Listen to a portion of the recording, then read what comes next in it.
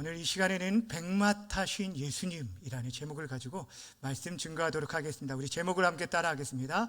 백마타신 예수님. 다시 한번요. 백마타신 예수님. 여러분은 예수님께서 흰말, 백마를 타고 계신 그 모습을 한 번이라도 상상해 보셨습니까? 어제 그 설교를 준비하면서 제목을 정하는데 굉장히 고심을 했습니다. 백마 타신 예수님이라고 하면 동화 속에 나오는 백마 탄 왕자를 먼저 좀 떠올리게 될 텐데, 이런 생각이 들었어요. 여러분 아주 어렸을 때 읽었던 동화책 기억이 나십니까?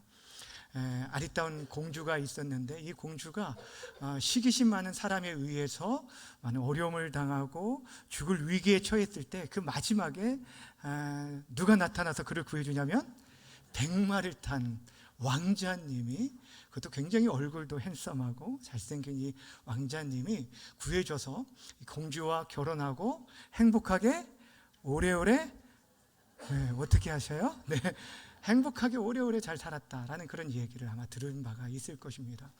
아마 우리 여성분들 가운데 아주 어렸을 때 나에게도 이러한 백마탄 왕자님이 언제쯤 나타날까라고 생각해 보신 분이 한 분이라도 있을지 모르겠습니다.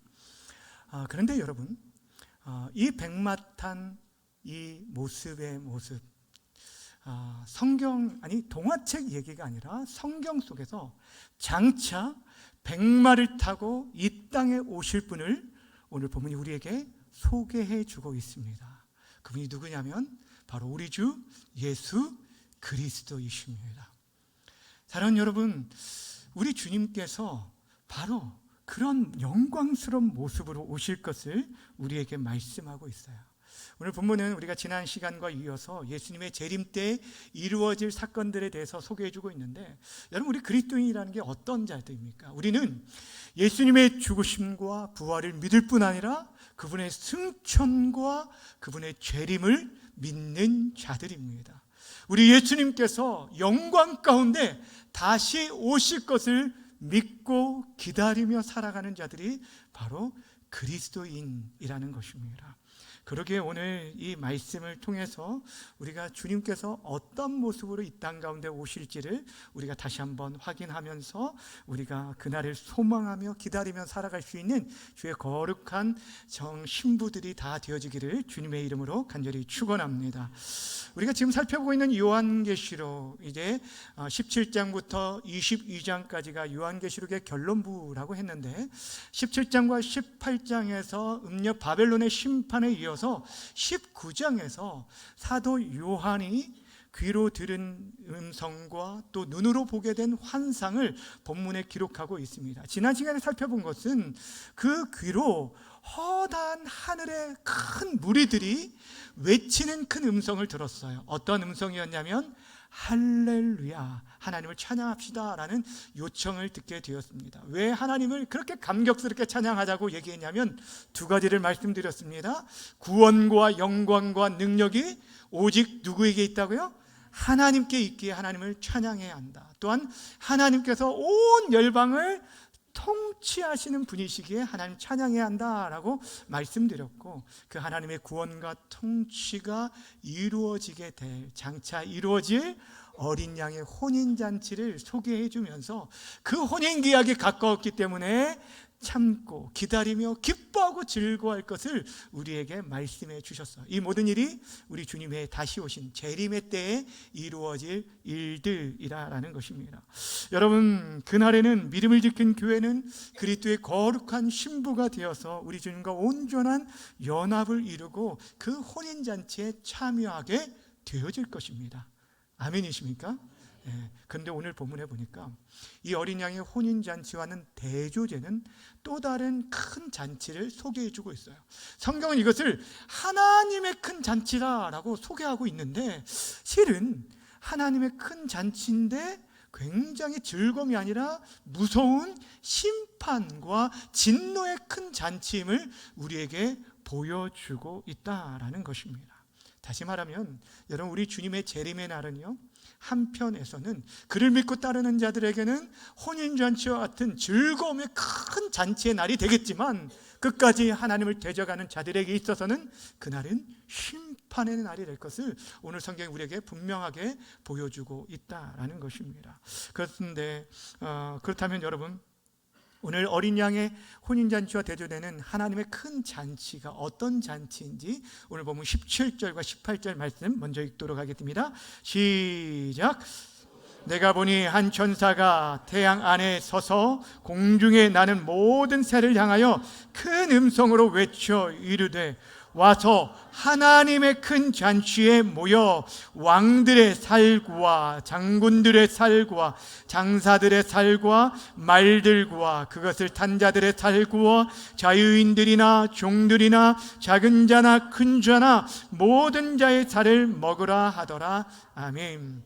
하늘의 한 천사가 모든 새들에게 명령합니다. 와서 하나님의 큰 잔치에 모이라. 그러면서 두 번째 명령이 무엇이냐면, 한마디로 모든 자들의 살을 먹으라는 아주 무서운 명령을 하는 걸 보게 됩니다. 그리고 새들이 먹이가 될 대상들이 18절에 길게 소개하고 있는데, 왕들로부터 종들에 이르기까지 작은 자나 큰 자나 할 것 없이 모든 자라고 말을 하고 있는데, 이래는 우리가 이미 살펴본 것처럼 계시록 17장과 18장에 나오는 음녀 바벨론을 따르는 모든 자들, 악의 세력들과 그의 추종자들을 의미하는 것입니다. 여러분, 이 상황이 어떤 상황이냐면, 지금 마지막 때에 큰 전쟁이 일어나게 될 텐데, 그 전쟁에서 악의 세력에 패하게 되고 그들의 시체가 버려지는데, 그 시체가 누구의 먹이가 될 거라는 거예요?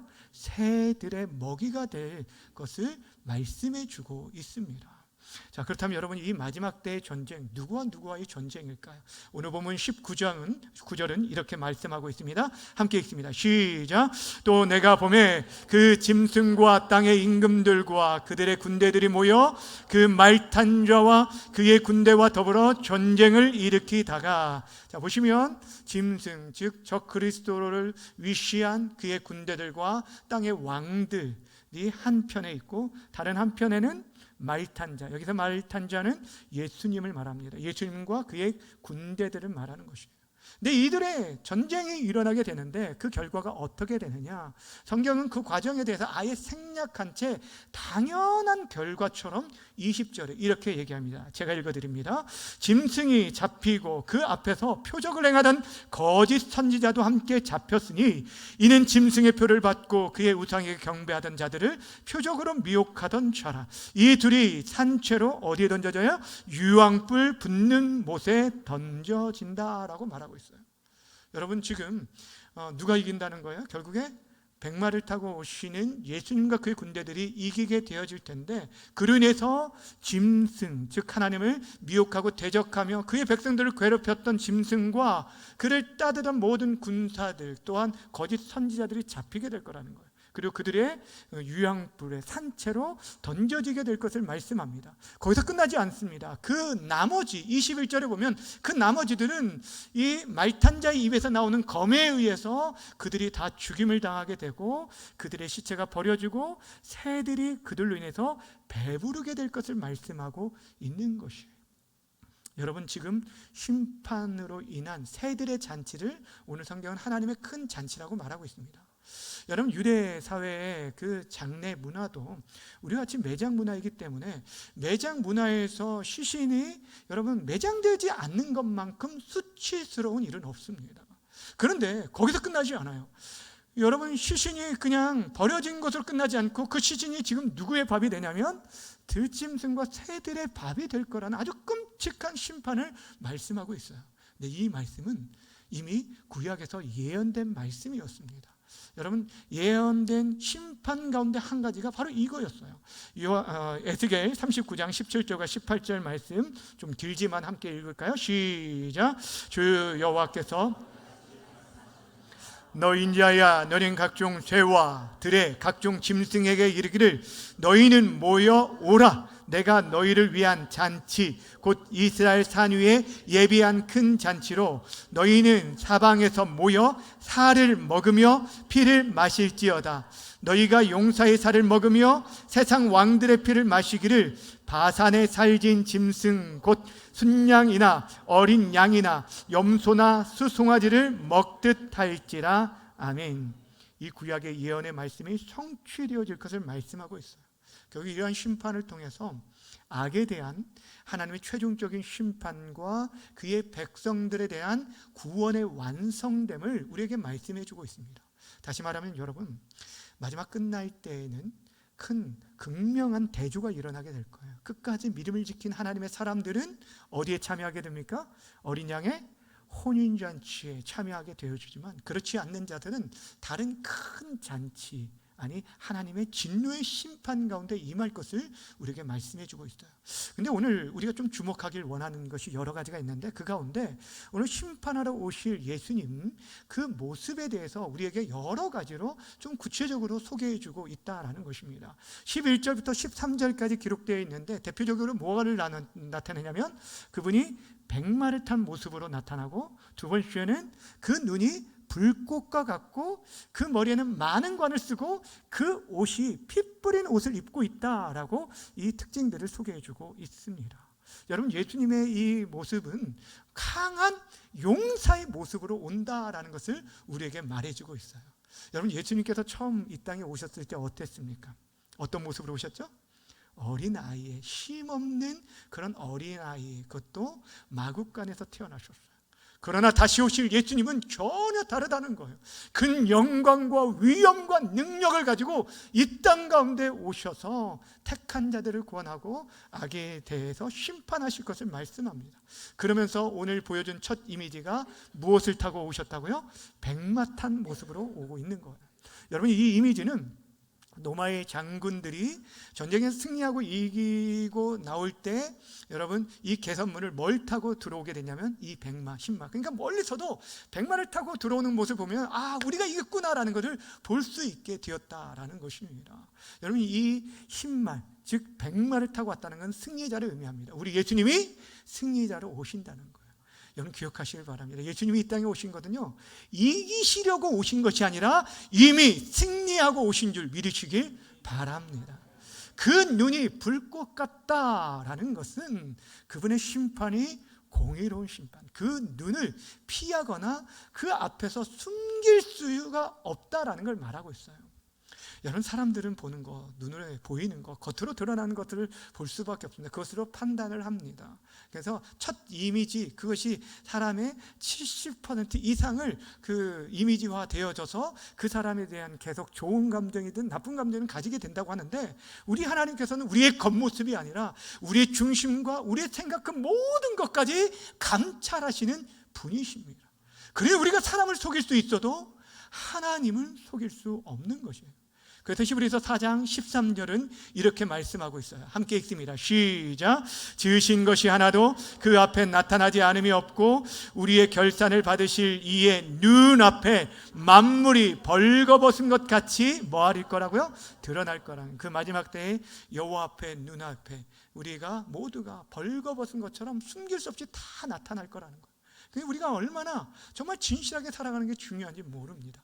또 예수님이 어떤 모습을 보였냐면 그 머리에 뭐가 있다고요? 많은 관들이 있다. 수많은 관들이라고. 이 관은요, 그냥 관이 아니라 왕들이 쓰는 왕관을 뜻하는 단어입니다. 여러분, 이 왕관은 통치권을 말하는 거예요. 그러니까 지금 예수님께서 열방의 통치자로 오실 것을 우리에게 말씀하고 있어요. 단순히 싸움을 잘하는 용사만이 아니라 그분이 온 열방을 다스리는 통치자로 오실 것을 우리에게 말씀합니다. 당시 짐승과 용들, 우리가 앞에서 살펴봤던 것처럼 그들의 머리에도 10개의 관들을 쓰고 있었던 것, 자신들이 지금 세상의 통치자이라고 사람들에게 말하면서 많은 사람들을 미혹하고 그를 따르게 만들었지만, 여러분, 이 땅의 진정한 왕 대신 통치자는 우리 주 예수 그리스도뿐임을 믿으시길 바랍니다. 그리고 마지막으로 예수님의 그 모습 가운데 한 가지가 또 무엇이냐면, 그 옷이 무엇으로 뿌려져 있다고 했습니까? 피 뿌려진 옷을 입고 있다라고 얘기합니다.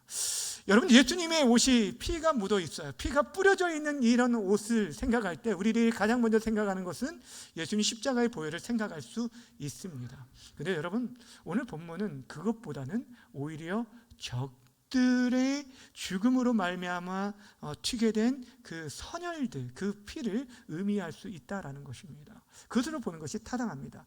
이사야 63장 3절의 말씀에 보면 이런 말씀이 있어요. 제가 한번 읽어드릴까요? 만민 가운데 나와 함께한 죄가 없이 내가 홀로 포도즙들을 밟았는데 내가 노함으로 말미암아 무리를 밟았고 분함으로 말미암아 짓밟았으므로 그들의 선혈이 내 옷에 튀어 내 의복이 다 더럽혔음이라 라고 얘기합니다. 당시 로마 이 군사 그 장군들이 전쟁에서 싸우고 이기고 돌아올 때 그들이 옷을 갈아입지 아니하고 그 먼지와 피 범벅으로 된 군복을 그대로 입고 온다는 거예요.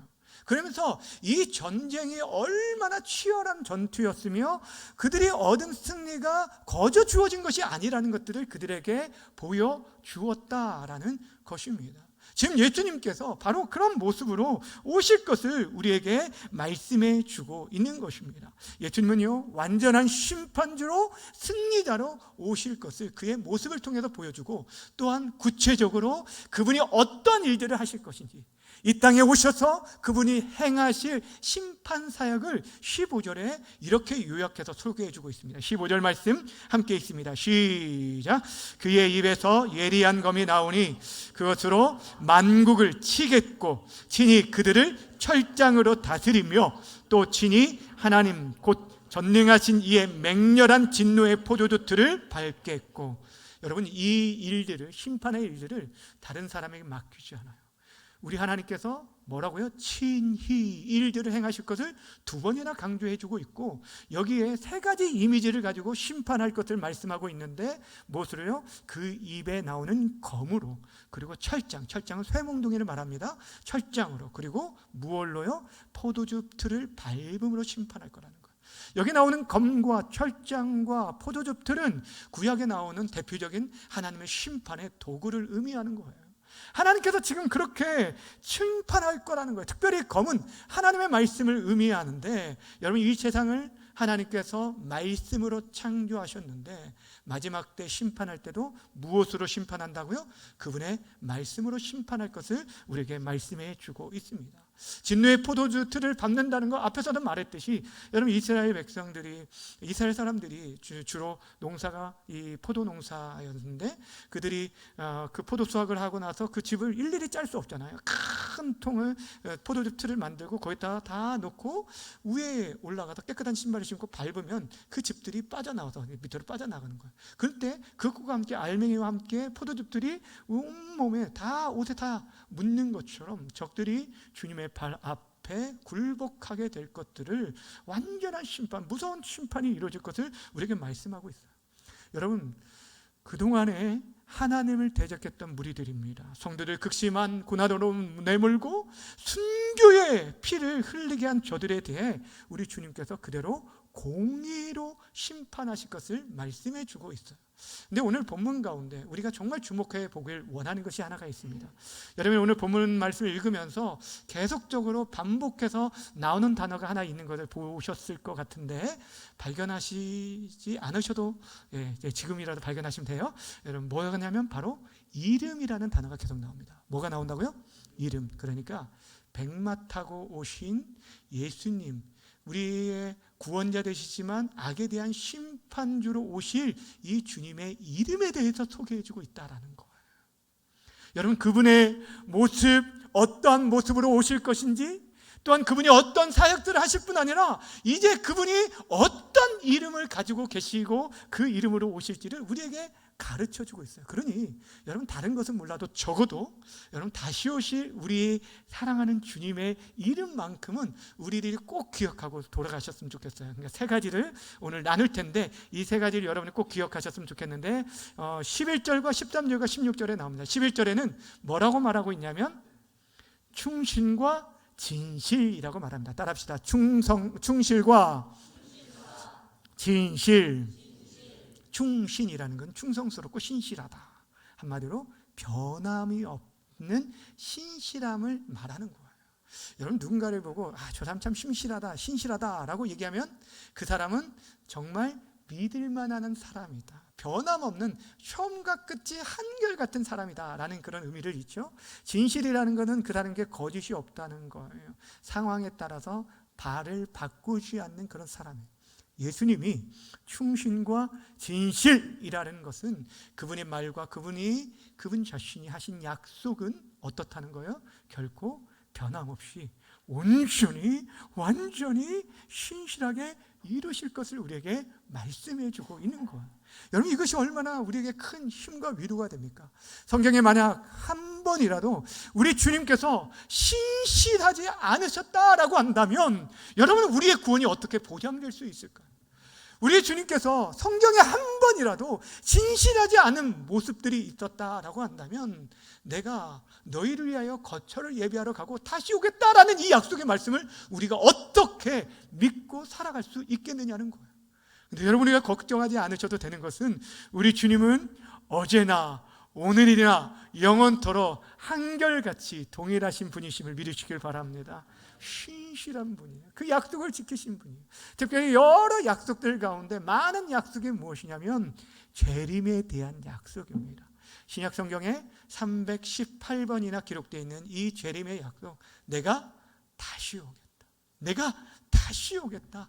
이 약속의 말씀 반드시 성취될 것을 믿고 신실하신 주님을 따라가는 저와 여러분 모두가 되어지기를 주님의 이름으로 축원합니다. 두 번째 예수님의 이름. 자, 첫 번째가 뭐라고 했죠? 충신과 진실. 그리고 두 번째는 13절에 나오는데 뭐라고 말하냐면 하나님의 말씀이라고 말을 합니다. 따라합시다. 하나님의 말씀. 여러분 예수님의 이름이 하나님의 말씀이라는 것은 그분이 하나님의 뜻과 계획을 성취하고 드러내실 분이며 그분이 곧 하나님이심을 우리에게 가르쳐 주고 있습니다. 여러분 이 요한계시록을 기록하고 있는 사도 요한이 그의 서신서와 복음서에서도 동일하게 예수님이 하나님의 말씀이라고 우리에게 말씀해 준 바가 있습니다. 자, 요한복음 1장 1절과 14절을 우리 화면을 보면서 함께 읽겠습니다. 시작. 이 말씀이 하나님과 함께 계셨으니 이 말씀은 곧 하나님이시니라. 14절 시작. 말씀이 육신이 되어 우리 가운데 거하심에 영광을 보니 아버지의 독생자의 영광이요 은혜와 진리가 충만하더라. 여러분 태초에 말씀이 계시고 그 말씀이 하나님이신데 그 말씀이 육신이 되어 우리 가운데 오셨다. 이게 누구시를 말하는 거예요? 예수 그리스도를 말하는 거예요. 그의 서신서 요한 1서 1장 1절에서도 이렇게 얘기합니다. 태초부터 있는 생명의 말씀에 관하여는 우리가 들은 바요 눈으로 본 바요 자세히 보고 우리 손으로 만진 바다 라고 얘기하는데 누구를 말하냐면 생명의 말씀에 관한 이 생명의 말씀이 예수님에 대한 것을 말하는 것이에요. 사랑하는 여러분, 예수님이 그 입에서 나오는 검으로 세상을 심판한다라는 것은 그 입의 말, 그 검이 바로 하나님의 말씀을 의미하는 거예요. 앞에서 말한 것처럼 이 세상을 하나님께서 말씀으로 창조하셨는데 이제 세상을 마지막 때는 그 말씀으로 또 세상을 심판하십니다. 왜 예수님이 의롭고 공의로운 심판을 하시는 줄 아십니까? 여러분 왜 예수님의 심판이 의로운 심판인 줄 아십니까? 그것은 예수님이 임의로 자기의 마음에 따라서 심판하신 것이 아니라 언약에 기초한 심판이기 때문이에요. 하나님의 말씀을 쫓아 심판하시기 때문이에요. 하나님의 세상을 말씀으로 창조할 뿐 아니라 예수님의 말씀대로 그대로 오셨고 그 말씀을 전하셨고 그러기에 말씀을 쫓아 세상을 심판하실 거예요. 말씀대로 오신 예수님을 믿지 않는 것 자체가 심판의 대상이 된다고 말하고 그를 믿는 자는 심판에 이르지 아니하고 사망에서 생명으로 옮겨질 것을 말씀하고 있는 거예요. 또한 예수님이 하나님의 말씀이라는 것은 우리가 말씀을 통해서 예수님을 만나고 하나님을 경험할 수 있어요. 여러분이 다른 어떤 신비로운 체험을 통해서 하나님을 만나려고 하지 마시길 바랍니다. 하나님 말씀을 통해 여러분 하나님을 만날 수 있고 그분을 경험하게 됩니다. 하나님은 살아계십니다. 하나님 말씀은 지금도 살아 역사하는 능력의 말씀인 줄 믿으시길 바랍니다. 그렇게 바라고 원하기는 말씀이 육신이 되어 이 땅에 오신 예수님, 그분을 믿는 그 믿음으로 하나님의 말씀을 더욱 사랑하고 그 말씀을 쫓아 살아가는 우리 모두가 되어지길 주님의 이름으로 축원합니다. 자, 세 번째, 첫 번째가 뭐라고요? 충신과 진실. 두 번째는 하나님의 말씀. 그리고 세 번째, 우리에게 가르쳐 주신 다시 오실 예수님은 이름은 만왕의 왕, 만주의 주라고 말하고 있어요. 온 열방과 세상을 통치하신 권세와 권력을 가진 최종적인 주권자를 의미하는 단어입니다. 당시 로마 황제는 자신을 신격화하면서 사람들로 하여금 뭐라고 부르게 했냐면 당시 주님이라는 뜻인 헬라어 크리오스라는 단어를 사용하게 했습니다. 그래서 그들이 인사할 때 공식적인 자리에서 어떤 인사를 하게 되냐면 가이사, 이제 가이사가 카이사, 로마 황제의 칭하죠. 가이사가 우리의 주님입니다 라고 하면은 공식적인 자리에서 함께 뭐라고 하냐면 그렇습니다, 가이사가 우리의 주님입니다 라고 고백을 했어요. 그런데 여러분, 그리스도인들은 이것을 용납할 수가 없는 거예요. 그러니 그 말 앞에서 사실 그 말 한마디만 하면은 이 로마의 그 위협과 어려움들을 면할 수 있음에도 불구하고 그들은 그 믿음 때문에 인해서 어떻게 인사를 합니까? 다른 사람이 가이사가 우리의 주님입니다 라고 하면 아닙니다. 가이사가 아니라 예수님만이 우리의 유일한 주님입니다 라고 고백을 한 거예요. 결국 그 일로 인해서 흉한 박해와 심지어는 죽임을 당하게 되었던 것입니다. 사랑하는 여러분, 지금도 수많은 통치자들과 왕들이 자신들이 세상의 주로 불리기를 원하고 있습니다. 그러나 진정한 왕이요 진정한 주 되신 분은 오직 예수 그리스도 한 분뿐임을 다시 한번 기억하시기를 바랍니다. 여러분, 오늘 이 요한계시록 19장에 나오는 예수님의 이름들이 이 서신이 읽혀지고 있는 당시 1세기 초대교회 성도들 한번 생각해 보시길 바랍니다. 로마의 그 눈에 보이는 것은 온통 로마 황제의 영광과 그 위협으로 가득해서 그것에 굴복하며 살아가는 것만이 세상에서 살 길이라고, 그것이 현명한 길이라고 다들 말하면서 눈에 보이는 것을 쫓아 살아가고 있을 때 예수님만을 그리스도로 믿고 섬기며 살아가는 것은 정말 누구도 알아주지 않는, 오히려 어리석하게 보이는, 많은 핍박과 박해만 겪어야 하는 그런 상황이었어요. 그럼에도 불구하고 저들이 끝까지 황제 우상에 절하지 아니하고 그 어떤 세상의 앞에서도 굴복하지 않을 수 있었던 이유는 무엇입니까? 우리 주님이 이 이름 때문이에요. 그분이 충신과 신실, 그분의 약속은 신실하게 그 약속을 붙들었고 하나님의 말씀이며 또한 그분이 만왕의 왕이요 만주의 주이심을 그들이 믿었기 때문에 순교하기까지 그들이 끝까지 믿음을 저버리지 않을 수 있었다는 거예요. 이 시대의 교회가요, 세상의 눈에 볼 때는 굉장히 힘없고 초라해 보입니다. 그럼에도 불구하고 여전히 우리 믿는 우리에게 있어서 예수님만이 만왕의 왕 되심을 여러분 꼭 기억하시기를 바랍니다. 그럴 때 우리들이 담대하게 살아갈 수 있어요. 여러분, 우리가 가진 것이 있어야, 어떤 주위에 있어야 당당할 것 같아 보이는데 아닙니다. 여러분, 우리 주위에 우리 주님께서 함께 하신 것을 믿을 때 우리는 그 어떤 세상 앞에서도 어떤 사람 앞에서도 주눅들지 않고 담대하게 살아갈 수 있는 것입니다. 그 강한 용사로 오신 분이 바로 우리의 신랑 되어주시고 그 마지막 때에 우리의 모든 수고와 눈물을 닦아주시고 우리를 안아주시며 영원토록 우리가 그분과 함께 왕노릇하게 될 것입니다. 그저 믿는 자들이 정말 믿음으로 끝까지 살아가고 주님을 기다리며 살아가게 되어지는 거예요. 중요한 것은 이제 마지막으로 생각할 게 무엇이냐면, 여러분, 그렇다면 우리 주님께서 그렇게 승리하시러 오시는데 예수님의 그 승리가 이 시대에 우리의 승리가 되기 위해서 우리는 어떻게 살아가야 하는가라는 거예요. 앞에서 우리가 본 것처럼 예수님께서 이 마지막 전쟁을 할 때 홀로 싸우지 않고 누구와 함께 싸웠어요?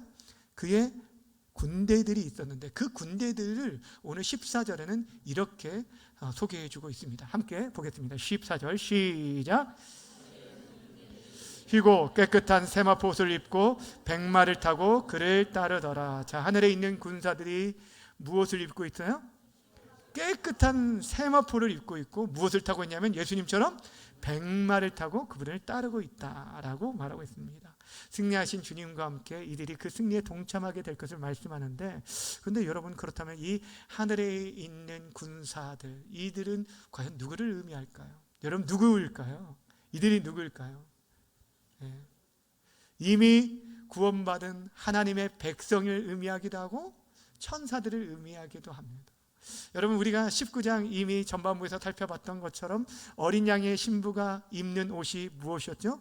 세마포 옷이었는 것을 그 맥락에 따라서 여기에 나오는 세마포 입은 자들은 바로 하나님의 백성들일 것이다, 성도들을 의미할 것이다 라고 얘기하기도 하고, 또한 구약성경에 보면 이 천사들을 하나님의 군대들이라고 소개하고 있고, 신약성경에서도 예수님께서 재림하실 때 누구와 함께 오실 거라고요? 천군 천사와 함께 오실 거라는 이 말씀을 통해서 천사라고 말하기도 합니다. 그러나 이 두 가지가 다 포함되어 있어요. 그러니까 성도들도 있고 천사들도 함께, 성도들과 천사들이 함께 예수님과 함께 이 승리에 동참하게 될 거라는 거예요. 근데 더 중요한 게 있습니다. 진정으로 예수님의 승리에 동참하기 위해서 오늘 14절 마지막 부분을 다시 한번 읽어보도록 하겠습니다. 14절 후반절만 다시 한번 큰 소리로 읽습니다. 시작. 백마를 타고 그 뒤를 따르더라. 누구를 따른다고요? 예수님을 따르는 자. 이것이 중요합니다. 여러분, 예수님의 승리가 우리의 승리가 되어주기 위해서는 예수님을 따르는 자만이 그 승리에 동참하게 돼요. 근데 누가 따를 수 있을까요? 여러분, 아무나 따라갈 수 있습니까? 그렇지 않죠. 여러분, 내가 누군가를 따라간다 할 때 내가 마음을 다하고 힘을 다하고 뜻을 다하고 사랑하며 따라간다는 것은 그분이 누구인지 온전히 알 때 따라갈 수 있어요. 오늘 예수님의 이름을 우리에게 가르쳐 주신 이유가 여기 있지 않을까 생각이 듭니다. 여러분, 우리가 정말 예수님을 따라가려면 다시 오실 예수님이 어떤 분인지를 알아야 돼요. 그분에 대해서 우리에게 수많은 하나님의 이름들이 있는데도 불구하고 예수님의 이름은 이 세 가지로 요약해서 말씀해 주신 거, 결국에 우리들은 신실한 주님을 믿고 따르라는 거예요. 하나님의 말씀을 지금도 세상에 말하는 다른 사람들, 모든 사람들이 이것이 이 시대의 트렌드야 라고 하면서 말하는 그 방향을 따라가는 것이 아니라 영원히 변하지 않는 진리의 말씀, 하나님의 말씀을 따를 것을 우리에게 얘기합니다. 왜냐하면 눈에 보이는 세상의 권세자들이 아니라 보이지 않지만 우리의 만왕의 왕 되신 주님이 우리의 진정한 생사화복을 주관하는 주권자이기 때문이라는 거예요. 그것을 믿는 자만이 예수님을 따를 수 있고 그 승리에 동참하게 될 것입니다. 주의 사랑하는 여러분, 무엇을 지금 따르고 있습니까? 무엇을 붙들고 살아가고 계십니까? 여러분, 정말 승리하신 주님을 따라가는 신실한 주의 군사들이 맞습니까? 여러분, 정말 신실한 충성된 종들은요, 뒤를 돌아보지 않아요. 쟁기를 잡고 뒤를 돌아보지 않아요. 한눈 팔지 않는다는 거예요. 두 마음을 품지 않아요. 하나님과 세상을 겸하여 섬길 수 없습니다. 변하는 세상을 붙들기보다, 썩어갈 세상을 쫓아와 살기보다 영원히 쇠하지 않고 변하지 않을 하나님 나라를 붙들고 살아가는 자들입니다. 회전하는 그림자도 없는 신실하신 예수님을 붙드시기를 바랍니다. 여러분, 결코 쇠하지 않고 1.1획도 잃어버린 바 되지 않고 온전히 성취될 하나님의 영원하신 말씀을 붙드시기를 바랍니다. 그 약속의 말씀대로 우리 주님 다시 오셔서 주의 믿음을 가진 성도들을 구원하여 주실 것입니다. 바라고 원하기는 우리 주님의 승리가 우리의 승리가 될 것을 확신하면서 끝까지 신실하신 주님만 믿고 따라가는 우리 중앙 공동체 모두가 되어지기를 주님의 이름으로 간절히 축원합니다. 우리 함께 찬양하도록 하겠습니다. 찬양하고 기도했으면 좋겠는데, 하나님 한 번도 나를 실망시키신 적 없으시고 언제나 공평과 은혜로 나를 지키셨네. 참 어제 이제 설교 준비해서 이 찬양이 많이 떠올랐어요. 하나님 앞에서 참 신실하지 못하는데, 근데 하나님 참 신실하게 우리 인생들을 지키시고 보호하시고 넘어지면 다시 붙들어 주시고 우리에게 말씀으로 위로해 주시고 격려해 주셔서 그 길을 계속적으로 가도록 우리를 인도하시는, 이 가사 보면요, 오 신실하신 주 내 너를 떠나지도 않고 버리지도 않겠다. 약속하신 주님, 그 약속을 지켜서 이후로부터 영원토록 나를 지킬 것을 내가 확신하며 끝까지 이제 믿음으로 살겠습니다라는 그런 고백의 찬양입니다. 이 찬양이 저 여러분의 고백이 되어지길 원합니다. 함께 찬양하겠습니다.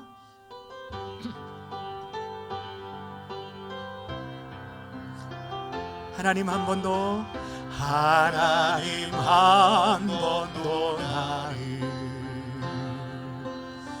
실망시킨 적 없으시고 언제나 공평과 은혜로 나를 지키셨네. 아멘. 하신 주, 오 신실하신 주, 내 너를 떠나지도 않으리라. 내 너를 버리지도 않으리라. 약속하셨던 주님, 그 약속을 지키사 이후로도 영원토록 나를 지키시리라 확신하네. 2절입니다. 지나온 모든 세월들, 지나온 모든 세월들 돌아보아도 그 어느 것 하나, 그 어느 것 하나 주의 손길 안 미친 것 전혀 없네. 오 신실하신 주, 오 신실하신 주, 오 신실하신 주, 내 너를 떠나지도 않으리라. 내 너를 버리지도 않으리라. 약속하셨던 주님, 그 약속을 지키사, 그 약속을 지키사 이후로도 영원토록 나를 지키시리라 확신. 이후로도 영원토록, 이후로도 영원토록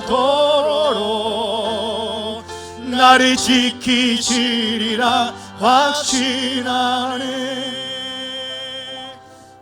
여러분, 우리의 삶을 좀 돌아보셨으면 좋겠습니다. 그동안의 삶 속에서 우리들이 참 신실하지 못했음에도 불구하고 우리 하나님께서 정말 모든 우리의 일상의 모든 삶들 간섭하시고 돌아보시고 보호하시고 공급하시고 인도하신 선한 손길 가운데 여기까지 이르게 되었습니다.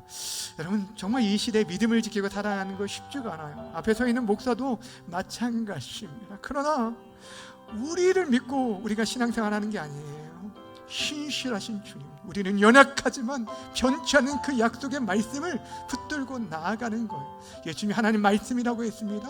예수님이 만왕의 왕이요 만주의 주고 충신과 진실하고 말씀하십니다. 그 신실한 주님을 믿고 끝까지 이 믿음의 길을 걸어가서 영광의 주님을 뵙고 우리의 믿음이 결코 헛되지 않은 것들을 확 우리가 경험할 수 있게 해달라고 우리 주여 한번 부르고 함께 말씀을 기억하며 기도하며 나아갑니다.